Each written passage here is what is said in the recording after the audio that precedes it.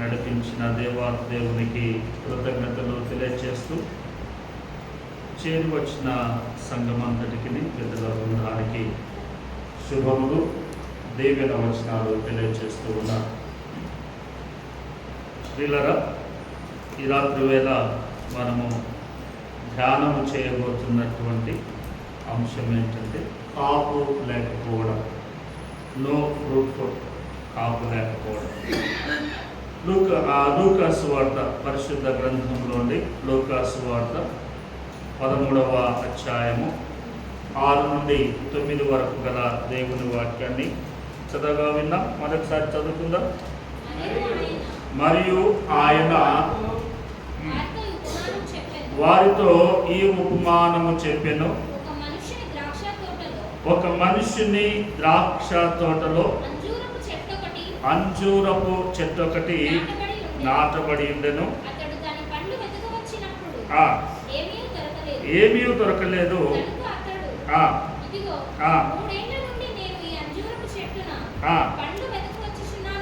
పండ్లు వెదకవచ్చుచున్నాను గాని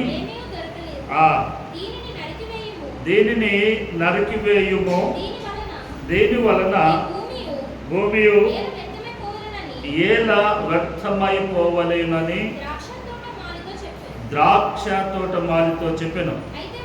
అయితే వాడు, అయ్యా, నేను దాని చుట్టూ త్రవ్వి ఎరువు వేయి మట్టుకు ఈ సంవత్సరము కూడా ఉండనిమ్ము, అది ఫలించినా సరే లేని ఎడల నరికించి వేయమని అతనితో చెప్పాను. ప్రభునందు దేవుని వార్తారా, లూకా సువార్తలో యేసు ప్రభుల వారు మరి యొక్క ఉపమానాన్ని జ్ఞాపకం చేశారు. ఈ ఉపమానం ఏమిటి అని అంటే, ఒక మనుషునికి ద్రాక్ష తోట ఉంది. ఆ ద్రాక్ష తోటలో అంజూరపు చెట్టు ఒకటి నాటాడు. అంజూరపు చెట్టు నాటిన పిదప పండ్లు వెదకడానికి వస్తూ ఉండగా ఆ చెట్టున ఏ పండ్లు కూడా దొరకడం లేదు. ఇలాగున 3 సంవత్సరాలుగా ఆయన ఇలాగున వెతుకుతూ ఉన్నాడు.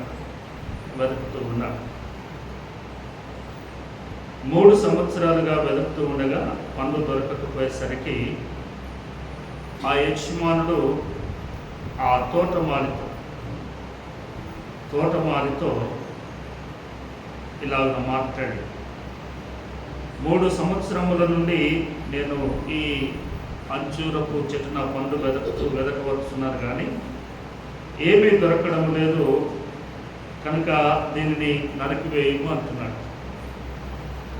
నరికివేయకపోతే ఈ చెట్టు వలన భూమి వ్యర్థమైపోతుంది అని అన్నాడు.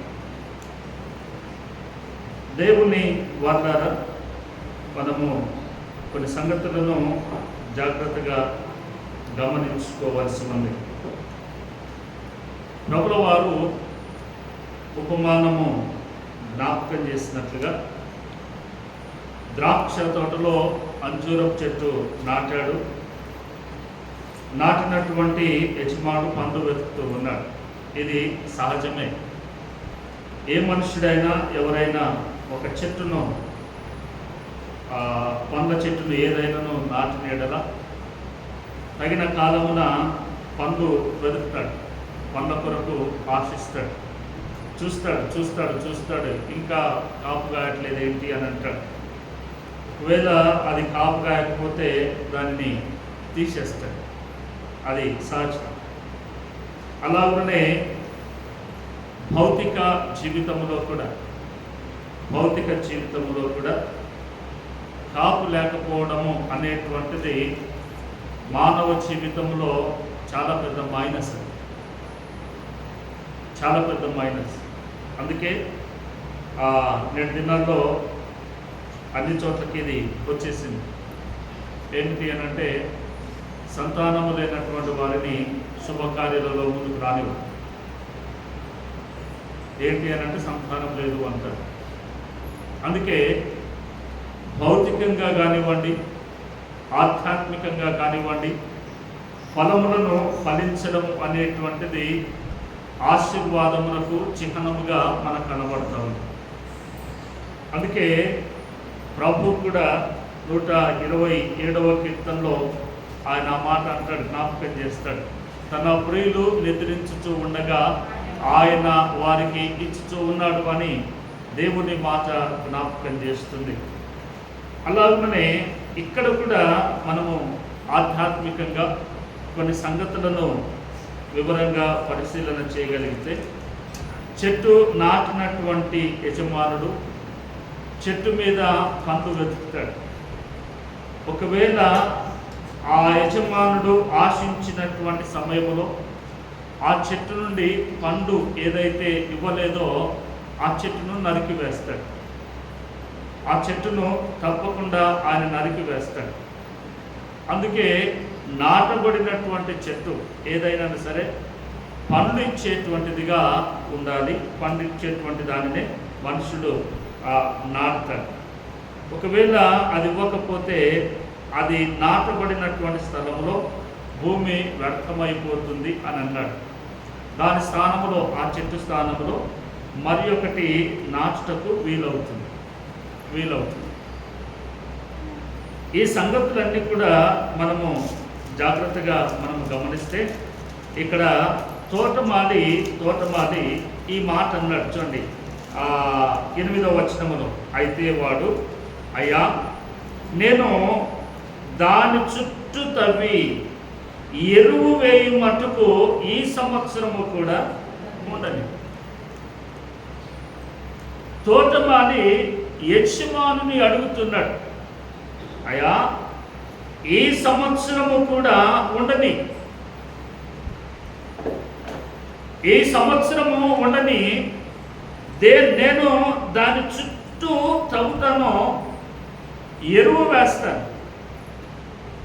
ఈ సంవత్సరము కనుక అది కాపు కాయకపోతే దానిని నరికించవచ్చు అన్నాడు. ఇక్కడ యజమానునికి అలాగనే తోటమాలికి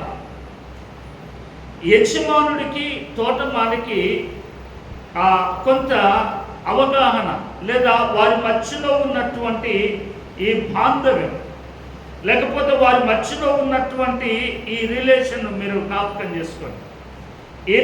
యజమానుడేమో తోటకు సంబంధించినటువంటి వాడు, భూమికి సంబంధించినటువంటి వాడు, చెట్టును తీసుకొచ్చి నాటినటువంటి వాడు యజమాను.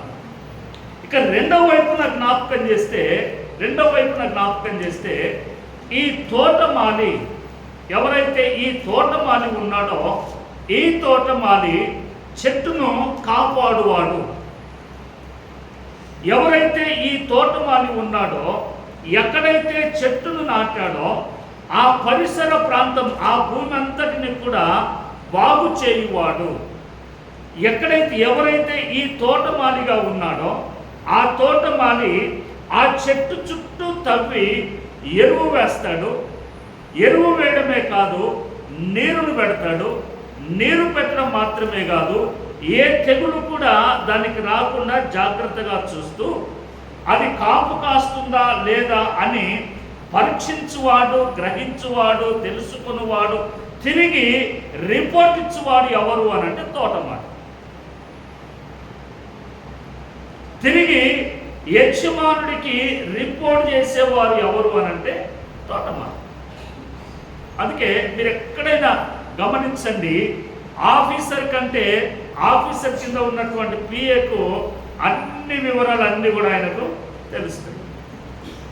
ఇవాళ సార్ ఎక్కడికి పోతాడు అని అంటే, మీరు ఎక్కడ పని సార్ ఏంటి అని అంటే, నాకు పిఏని అడగండి. Everything under PA control. అన్ని సంగతులు కూడా పిఏకు తెలుస్తుంటాయి. అలాగనే ఇక్కడ యజమానుడికి ఏదైనాను ఈ కాపును గురించి, ఈ చెట్టును గురించి, ఈ భూమిని గురించి ఏదైనా కంప్లైంట్ చేయాలన్నా, ఏదైనా విషయం చెప్పాలన్నా ఎవరు చెప్పాలి? తోటమాలి చెప్పాలి.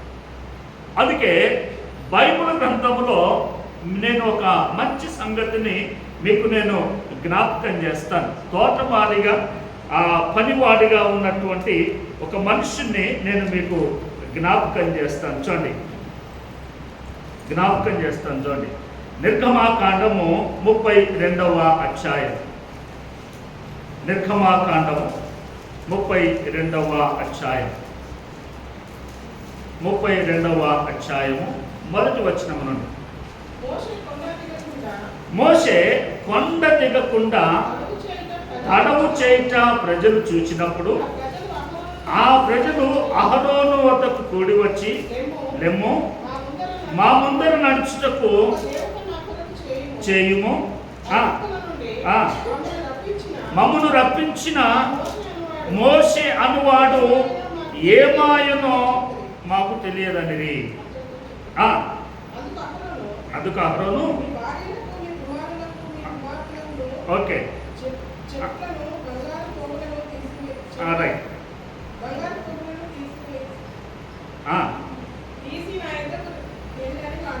రైట్. ఇక్కడ చూడండి, ఇది మనము ఎరిగినటువంటి సంగతులే. మోషే సీనాయి పర్వతం మీదకి వెళ్ళాడు. సీనాయి పర్వతం మీద 40 రాత్రులు 40 పగళ్ళు సీనాయి పర్వతము మీద ఉన్నాడు. దేవుడు ఆయనకు ఏదైతే ఇవ్వాలనుకున్నాడో అది ఇస్తూ ఉన్నాడు. అవన్నీ ఆయనకు జ్ఞాపకం చేస్తూ ఉన్నాడు. జ్ఞాపకం చేసిన పిదప ఆయన సమయము ఆసన్నమవుతూ ఉంది కిందికి దిగి రావడానికి. ఆయన సమయము దిగి రావడానికి ఇంకా కొంత సమయం ఉండగానే ఇశ్రాయేలు ప్రజలు అహరోను దగ్గరికి వెళ్ళారు. జాగ్రత్త గమనించండి. ఇక్కడ కేవలము మోషే కొండ దిగకుండా తడవు చేసిన అని రాయబడింది. మోషే కొండ దిగకుండా తడవేం చేయలేదు. మనము రైల్వే స్టేషన్కి వెళ్ళాం. విజయవాడ పోయేదో హైదరాబాద్ పోయేదో ట్రైన్ ఉంది. ఉదయం 9 గంటలకు ట్రైను. 8 గంటలకు పోయి కూర్చొని 8:30 కనుక చూసి స్టేషన్ మాస్టర్ దగ్గరికి వెళ్ళి కంప్లైంట్ చేస్తే ఏం చెప్తారు? ఆయన అంటాడు ట్రైను 9 గంటలకు. ఇక్కడ ఇశ్రాయేలు ప్రజలది కూడా అదే.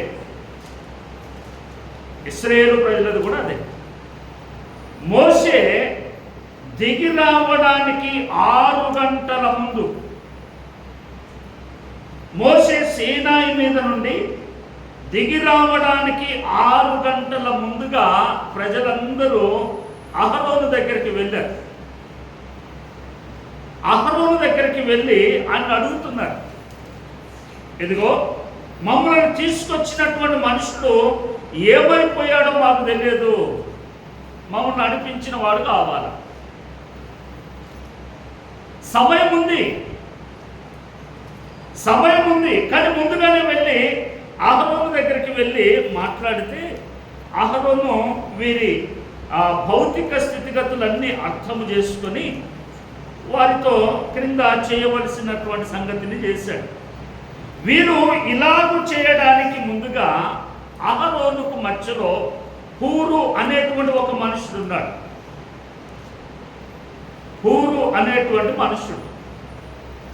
ఈ హూరు అనేటువంటి మనుషుడు అహరోను కంటే ముందుగా ఈ ప్రజలతో మాట్లాడుతూ, ఇదిగో మీరు చాలా తొందరపడి వస్తూ ఉన్నారు, ఇంకా ఆయన దిగి రావడానికి ఇంత సమయం ఉంది, మీరు తొందరపడుతున్నారు అని హూరు అనేటువంటి మనుషుడు జ్ఞాపకం చేస్తే ఆయనను కొట్టి చంపాడు. ఇది చూసినటువంటి అహరోను తొందరపడి ఈ పని చేసేసాడు.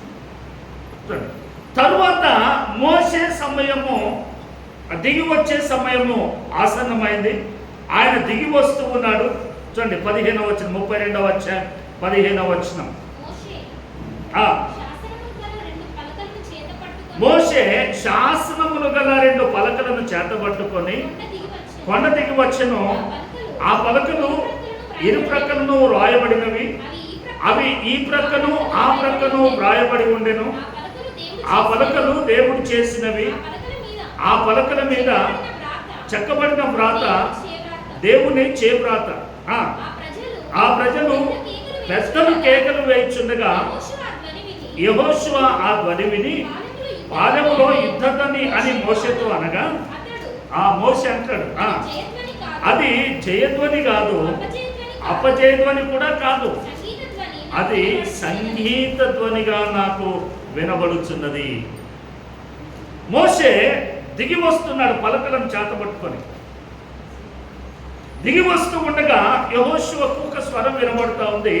మోషేతో మాట్లాడుతున్నాడయ్యా, మరి క్రింద కేకలు వినబడుతున్నాయి, పాలెములో అది యుద్ధధ్వనిలాగా ఉంది, యుద్ధమునకు సంబంధించినటువంటి ధ్వనిగా ఉంది అని అంటే, మోషే అంటాడు అది యుద్ధధ్వని కాదు, ఆ జయధ్వని కాదు, అపజయధ్వని కూడా కాదు, అది సంగీత ధ్వని అన్నాడు.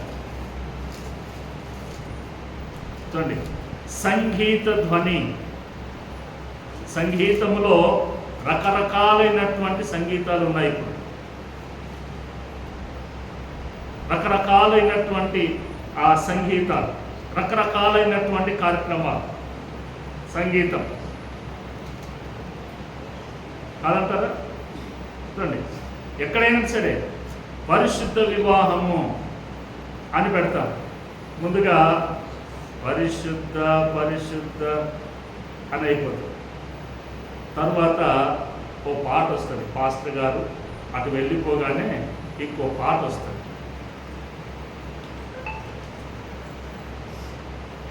చూడండి, ఇక పాట కూడా నేను చెప్పలేండి. పేరేమో పరిశుద్ధం. అక్కడ ఉన్నంతసేపు వాళ్ళు కూడా చక్కగా దేవునిని స్తుతించుని, దేవుని స్తుతించుని వాళ్ళు కూడా పాడతారు. మేళతారాలు వాళ్ళు పాడతారు. మంగళమే యేసునకు మధుజావాతరణకు వాళ్ళు వాయిస్తారు. దేవరిని దీవెని అంటారు. తర్వాత మనం అటు తిరగగానే అవి ఆపండి, ఇవి వాయించండి. సంగీత ధ్వని అనగానే ఎక్కడైనా సరే దేవుని కార్యక్రమాలు చేసినా ఆ కార్యక్రమాలన్నీ కూడా 10-15 నిమిషాలే. 10-15 నిమిషాలే. తర్వాత అంతా కూడా ఆ సంగీతం మారిపోతూ ఉంది. అందుకే ఇక్కడ మోషే అన్నాడు, అది జయధ్వని కాదు, అపజయధ్వని కాదు, అది సంగీత ధ్వని అని అన్నాడు. సంగీత ధ్వని అనగా మోషేకి అక్కడ అర్థమైంది ఏంటంటే, వారు ఆడి పాడి తినుచు తాగుచు వారు చేయవలసినవన్నీ కూడా అక్కడ చేస్తూ ఉన్నారు. ఆయన అనుకున్నట్లుగానే అక్కడికి వచ్చి చూసేసరికి ఆయన అనుకున్నవన్నీ జరుగుతూ ఉన్నాయి. మోషే కోపం వచ్చింది, ఆ పలుకలను పగలగొచ్చాడు. తరువాత దేవుడు కూడా వారి కోపం వచ్చేసింది. దేవునికి కోపం వచ్చేసి చూడండి, అక్కడ అన్నాడు 26వ వచనం చూడండి, దేవుడు మాట్లాడు. అందుకు మోషే పాలెము యొక్క ద్వారమును తెచ్చి యెహోవా పక్షమునున్న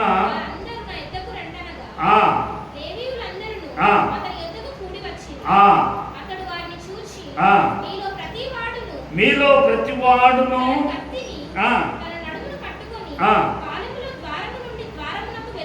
వెళ్ళుచు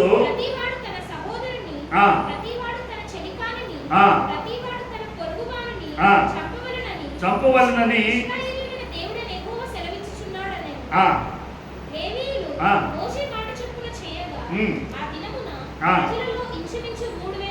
3,000 మంది కూలిరి. ఇది జరిగిన తరువాత, ఈ సంఘటన జరిగిన తరువాత చూడండి, మోషే దేవునితో ఎలాగున మాట్లాడుతూ ఉన్నాడు. మనం ఎవరి గురించి మాట్లాడుకుంటున్నాం? నిజానికి దేని గురించి మాట్లాడుతున్నాం? తోటమాలి. చూడండి, తోటమాలి చెట్టును జాగ్రత్తగా చూస్తాడు. చెట్టు ఉన్న పరిసర ప్రాంతం అంతా కూడా తవ్వుతాడు. తోటమాలి చెట్టు చుట్టూ తవ్వి ఎరువు వేస్తాడు. తోటమాలి నీరు పెడతాడు. తోటమాలి సమస్తం చూస్తాడు. ఏ పురుగు పట్టినా ఏదొచ్చినా కూడా జాగ్రత్తగా చూస్తాడు తోటమాలి. యజమానుడు వచ్చి నీరు పెట్టడు, యజమానుడు వచ్చి చుట్టూ తవ్వడు, యజమానుడు వచ్చి ఏం చేయడు. చూడండి, ఇక్కడ తోటమాలిగా ఉన్నటువంటి ఈ మనుష్యుడు ఏం చేస్తున్నాడు చూడండి, 32వ వచనం చూడండి. అయ్యో, నీవు వారి పాపమును ఒకవేళ పరిహరించితివా, లేని ఎడల నీవు రాసిన గ్రంథములో నుండి నా పేరు తుడిచివేయమని బతిమాలు కొనుచున్నాను. అందుకు యెహోవా, ఎవడు నా ఎదుట పాపము చేసినో వానిని నా గ్రంథములో నుండి తుడిచివేయుదును. చూడండి, మోషే ఐగుప్తు దేశము నుండి ప్రజలను తోడుకొని వచ్చాడు గనుక దేవునితో ఇక్కడ మాట్లాడుతూ ఉన్నాడు, దేవునిని బ్రతిమలాడుతూ ఉన్నాడు. ఎందుకంటే రేపు ఐగుప్తీలు అంటారు, ఏం దేవుడు అండి, ఏం మోషే అండి, ఏం నాయకుడు అండి, ఏం తోటమాలండి, అరణ్యములోనికి తీసుకొని వెళ్ళి వారిని అందరినీ కూడా హతము చేశాడు, ఎందుకే వారిని తీసుకొని వెళ్ళాడు అని అంటారు. అందుకే తోటమాలి లేదా నాయకుడు లేదా పనివాడిగా ఉన్నటువంటి మోషే దేవునిని బ్రతిమలాడుతున్నాడు. అయ్యా, నీవు వారి పాపములను పరిహరించితివా, మంచిది. అక్కడ ఆయన ఏమన్నాడు, తోటమాలి ఏమన్నాడు, అయ్యా ఈ సంవత్సరము కూడా ఉండనిమ్ము, నేను దాని చుట్టూ త్రవ్వి ఎరువు వేస్తాను, ఈ సంవత్సరము కూడా ఉండనిమ్ము అని అన్నాడు. ఇక్కడ చూడండి, మోషే అంటాడు, నీవు వారి పాపమును ఒకవేళ పరిహరించితివా, నీవు వారి పాపమును తీసివేసితివా, వారి పాపములను మన్నించితివా. ఒకవేళ నీవు పాపములను మన్నించకపోతే నీవు వ్రాసిన గ్రంథములో నుండి నా పేరు తుడిచివే. అంటే తోటమానికి యజమానుడికి మధ్య ఉన్నటువంటి అనుబంధాన్ని చూడండి. తోటమానికి చెట్టు మీద ఉన్నటువంటి ప్రేమ చూడండి. తోటమానికి చెట్టు మీద ఉన్నటువంటి ప్రేమను చూడండి. అలాగనే దావీదు అనేటువంటి మోషేకు ఇశ్రాయేలు ప్రజల మీద ఉన్నటువంటి ప్రేమను చూడండి. మోషేకు తెలియదా వారు ఏం చేశారో? మోషేకు తెలియదా ఎంతటి ఘోరమైనటువంటి తప్పిదాన్ని చేశారో? ఒక పర్యాయము ప్రజలు ఒక తప్పిదాన్ని చేయడాన్ని నేర్చుకుంటే వారి జీవితంలో నుండి ఆ తప్పిదం ఎన్నటికీ కనుమరుగు కాదు. చూడండి, ఏదైనా సరే మనుష్యుడు బాల్యములో యవ్వన ప్రాయములో నుండి ఏ తప్పిదమైన శారీరకంగా, భౌతికంగా, ఆధ్యాత్మికంగా, మానసికంగా తప్పిదము చేయడము అలవాటు చేసుకుంటే అది ఆ మనుషుడు కాటికి కాలు జాపిన మట్టిలోనికి వెళ్ళే సమయం వచ్చినా కూడా ఆ పాపాన్ని, ఆ తప్పిదాన్ని మర్చిపోడు. అది పురుషుడైనా స్త్రీ అయినా.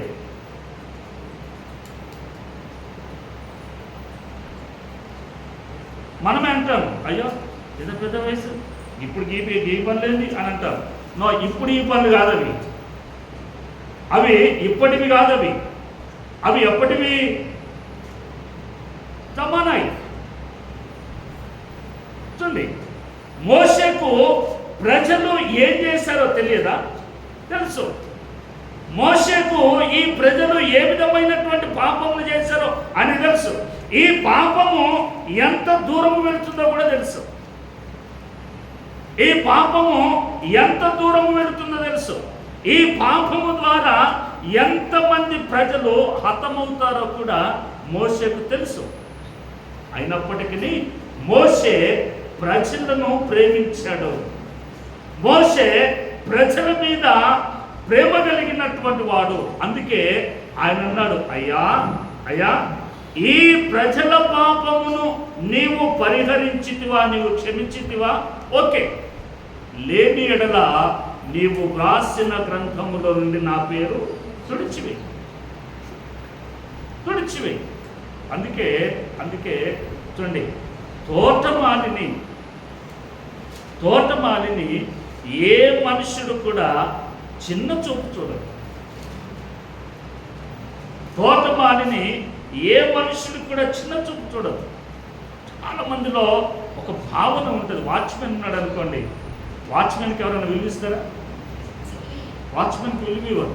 కానీ వాచ్మెన్ సరైనటువంటి డ్యూటీ చేయలేదనుకోండి, లోన ఉన్నాయన్నీ మాయమే. ఆయన నాకెందుకు, నేను వచ్చేపోయేటోళ్ళని చూసుకున్నా అన్నాడు అనుకోండి, అంత అయిపోతుంది. అందుకే ఇక్కడ ఈ మనుషుడు దేవునిని బ్రతిమలాడాడు. అక్కడ లూకాసు వార్తలో ఆ తోటమాలి ఆ యజమానిని అడిగాడు, అయ్యా ఈ సంవత్సరము కూడా ఉండనిమ్ము, నేను దాని చుట్టూ త్రవ్వి ఎరువు వేస్తాను. ఒకవేళ ఈ సంవత్సరము ఫలించకపోతే దానిని తీసివేద్దు. అందుకే మత్తయి సువార్త 3వ అధ్యాయంలో అక్కడ జ్ఞాపకం చేస్తాడు, ఇదిగో గొడ్డలి చెట్టు వేరున ఉంచబడి ఉంది, ఫలించని ప్రతి చెట్టు. చూడండి, ఫలించని ప్రతి చెట్టు ఏనాటికైనా ఫలించని చెట్టుకు కోత తప్పదు. ఏనాటికైనా ఫలించని చెట్టుకు గాయము తప్పదు. ఏనాటికైనా దేవుని సన్నిధిలో ఆధ్యాత్మికంగా ఫలించకపోతే, ఆధ్యాత్మికమైనటువంటి మార్పు రాకపోతే, ఆధ్యాత్మికమైనటువంటి జీవితంలో యథార్థత లేకపోతే ఆ మనుషుడికి గొడ్డలు వేటు తప్పదు. ఆపువాడు ఎవరు అని అంటే తాత్కాలికంగా ఆ గొడ్డలి వేటు తాత్కాలికంగా పడకుండా ఆపినవాడు ఎవరు అని అంటే అక్కడ తోటమాలి. చూడండి, అందుకే ఈ సాయంకాలపు వేళ కాపు లేకపోతే, నీలో దేవునికి సంబంధించినటువంటి ఆధ్యాత్మిక ఆత్మ సంబంధమైనటువంటి కాపు లేకపోతే దేవుడు తప్పకుండా శిక్షిస్తాడు. అందులో ఏ విధమైనటువంటి ఇబ్బందులు లేవు, ఏ విధమైనటువంటి లోకాలు లేవు, ఏ విధమైనటువంటి అనుమానాలు లేవు. అందుకే ఆయన ప్రారంభంలోనే అన్నాడు, ఇదిగో గొడ్డలి చెట్టు వేరున ఉంచబడి ఉంది. ప్రారంభంలోనే. ఒకవేళ నీవు ఫలించావా నీకు మేలు. నీవు ఫలించావా, నీవు ఆ తోటమాలి యొక్క శ్రమను గుర్తించి, తోటమాలి యొక్క శ్రమను నీవు గ్రహించి నీవు ఫలించావా, నీకు చాలా ధన్యత. అందుకే పౌలు తను బోధించగా, తను మాట్లాడగా విని మార్పు చెందినటువంటి వారిని గురించి పౌలు ఈ మాట జ్ఞాపకం చేస్తాడు. చూడండి, ఫిలిప్పీలకు రాసినటువంటి పత్రిక, పౌలు ఫిలిప్పీలకు రాసినటువంటి పత్రిక 4వ అధ్యాయం, ఫిలిప్పీలకు రాసిన పత్రిక 4వ అధ్యాయము 1వ వచనం చూడండి. కావున నేను అపేక్షించు నా ప్రియ సహోదరులారా, నా ఆనందమును నా కిరీటమునయున్న నా ప్రియులారా, ఎట్లు ప్రభువునందు స్థిరులయుండుడి. చూడండి, పౌలు అంటాడు, కావున నేను అపేక్షించు నా ప్రియ సహోదరులారా, నా ఆనందమును నా కిరీటమునయున్నటువంటి నా ప్రజలారా అని అంటాడు. ఎందుకంటే పౌలు యొక్క మాటలకు, పౌలు చేసినటువంటి పరిచర్యకు పౌలుకు దొరికినటువంటి ప్రతిఫలం. చూడండి, అదే 3వ అధ్యాయం, ఫిలిప్పీలకు రాసిన పత్రిక 3వ అధ్యాయం 17వ వచనం చూడండి. సహోదరులారా, మీరు నన్ను పోలి నడుచుకొనుడి, మేము మీకు మాదిరి అయ్యున్న ప్రకారము నడుచుకొని వారిని గురిపెట్టి చూడుడి. చూడండి, ఇక్కడ తోటమాలి జ్ఞాపకం చేస్తున్నాడు. మీరు నన్ను పోలి మీరు నడుచుకోనండి. 1వ అధ్యాయము ఫిలిప్పీ పత్రిక 1వ అధ్యాయము 8వ వచనం చూడండి. క్రీస్తు యేసు యొక్క దయారసమును బట్టి మీ అందరి మీద నేనెంత అపేక్ష కలిగి ఉన్నానో దేవుడే నాకు సాక్షి. దేవుడే నాకు సాక్షి. 2వ అధ్యాయము ఫిలిప్పీ పత్రిక 2వ అధ్యాయము 16వ వచనం నుండి చూడండి. చూడండి, అట్టి జనము మధ్యను మీరు జీవవాక్యమును చేతబట్టుకొని లోకమందు జ్యోతుల వలె కనబడుచున్నారు. అందువలన నేను వ్యర్థముగా పరిగెత్తలేదనియు నేను పడిన కష్టము నిష్ప్రయోజనము కాలేదనియు క్రీస్తు దినమున నాకు అతిశయ కారణము కలుగుతుంది. ఎందుకంటే ఇక్కడ చెప్పబడినటువంటి ఈ మనుషులు, ఈ మాటలు పౌలు గారికి దొరికినటువంటి ఫలాలు. అందుకే ఆయన అంటాడు, ఏమన్నాడు ఇక్కడ? ఆ జనము మధ్యన మీరు జీవవాక్యమును చేతబట్టుకొని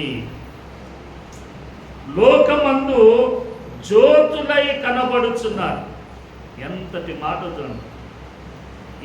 మాట చూడండి. ఒక మనుషుడు, ఒక తోటమాలి ఫలించినటువంటి ఫలములను గురించి ఇలా అంటున్నారు, మీరు లోకమందు జ్యోతుల వలె కనబడుచున్నారు. జ్యోతి ఏం చేస్తుంది? వెలుగునిస్తుంది. మీరు కూడా అనేకులకు వెలిగించేటట్టుగా కనబడుతూ ఉండగా నేను పడిన కష్టం, నేను పడిన ప్రయాస, నా పరుగు వ్యర్థము కాలేదు అని అంటున్నాడు. ఈయన పడిన కష్టము వ్యర్థం కాకపోతే, ఈయన పరువు వృధా కాకపోతే, యజమానుని యొద్ద నిలవబడినప్పుడు ఈ తోటమాలి, ఈ పనివాడు యజమానుడికి ఏం చెప్తాడు? అయ్యా, ఇదిగో నేను పడిన కష్టానికి ఫలాలన్నీ కూడా ఇవే. చూడండి ఎంత అప్రిషియేషనో, ఎంత ఘనత కలుగుతుందో, ఎంత మేలు కలుగుతుందో, ఎంత జీవనకరముగా ఉంటుందో. ఒక మనుషుడు ఇంకొక మనుషుని గొప్పవారి ఎదుట పరిచయం చేస్తే, పరిచయం కాబడినటువంటి మనుషుడు ఎంత ఆనందిస్తాడు. చూడండి, ఒక సెలబ్రిటీ మన మధ్యకు వస్తే ఆయనకు మనకేం తెలియదు, ఆయనకు మనకేం మాటలేవు, కానీ మధ్యకు పోయి ఏం చేస్తాం? ఒక్క సెల్ఫీ ఇవ్వాలి. ఏం చేసుకుంటావు సెల్ఫీ? ఆయన ఏమన్నా నిన్ను చూస్తాడా, నిన్ను ఎరుగుతాడా? కానీ సెల్ఫీ తీసుకొని ఎంత సంతోషిస్తావు. కానీ నిన్ను పరిచయం చేసినప్పుడు ఆ యజమానుడితో నీకున్నటువంటి ఆ సెల్ఫీని కనుక నీవు చూసుకోగలిగితే మహానందం. అందుకే ఈ రాత్రి వేళ నీ జీవితంలో కాపు లేకుండా ఉంటే గొడ్డలి ఎక్కడనో లేదు, నీ దగ్గరనే. నీలో మార్పు రాకపోతే గొడ్డలి ఎక్కడనో లేదు, నీ దగ్గరనే పెట్టు. అందుకే అనంట, ఫలించని ప్రతి చెట్టును నరికివేయి.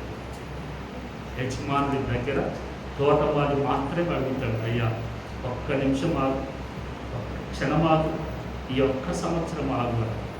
తర్వాత అడిగి తర్వాత యజమానుడు తోటమాలిని ఏమంటాడంటే, ఇక జాలేవయ్యా, ఊరికే నువ్వు వాళ్ళ గురించి బాగా అడుగుతున్నారు. వాళ్ళు ఫలించేది లేదు, చేసేది లేదు. వాళ్ళు ఫలించరు, నువ్వు అడగడం ఆపేయి, నేనేం చేయాలో అది చేస్తాను. అంతవరకు మనం వెళ్ళడానికి వీలు లేదు, అంత దూరము నేను వెళ్ళవలసిన అవసరం లేదు. కాబట్టి తోటమాలి సమయం అడిగినప్పుడే, తోటమాలి ప్రభు దగ్గర సమయం తీసుకున్నప్పుడే, నీకు ఇవ్వబడినటువంటి సమయంలోనే నీవు ఫలించాలి. అందుకే దేవుని మాట ఎఫెసీ పత్రికలో రాయబడింది, దినములు చెడ్డవి గనుక సమయమును పోనీయక సద్వినియోగం చేసుకోవాలి. 2025వ సంవత్సరపు ఈ లెంట్ దినాలే నీకు నాకు చివరి అనుకోండి, ఇప్పుడే మనం సద్వినియోగం చేసుకోవాలి. ఇప్పుడే మన జీవితాలను సరి చేసుకోవాలి. ఇప్పుడే ప్రభువు కావలసినటువంటి ఫలములను మనం ఇవ్వాలి. ఒకవేళ ఇవ్వలేని పక్షములో వచ్చే లెంటు ప్రేరుకు ఉంటామో లేదో ప్రభువు రాకడ సమీపిస్తే లెక్క చెప్పుకోవాలి. అందుకే ఆయన రాకమునిపే మనం మార్పు చెంది మన ఫలములను చేతబట్టుకొని ప్రభు ఎదుట నిలబడితే ప్రభు శబాష్ బలా నమ్మకమైన మంచి రాసు అలా ఉండాలి అంటే నీవు నేను ఫలించాలి. దేవుడి మాటలను దీవించను కాక. ప్రార్థన చేసుకుందాం. తల వంచుగా ప్రార్థన చేసుకుందాం.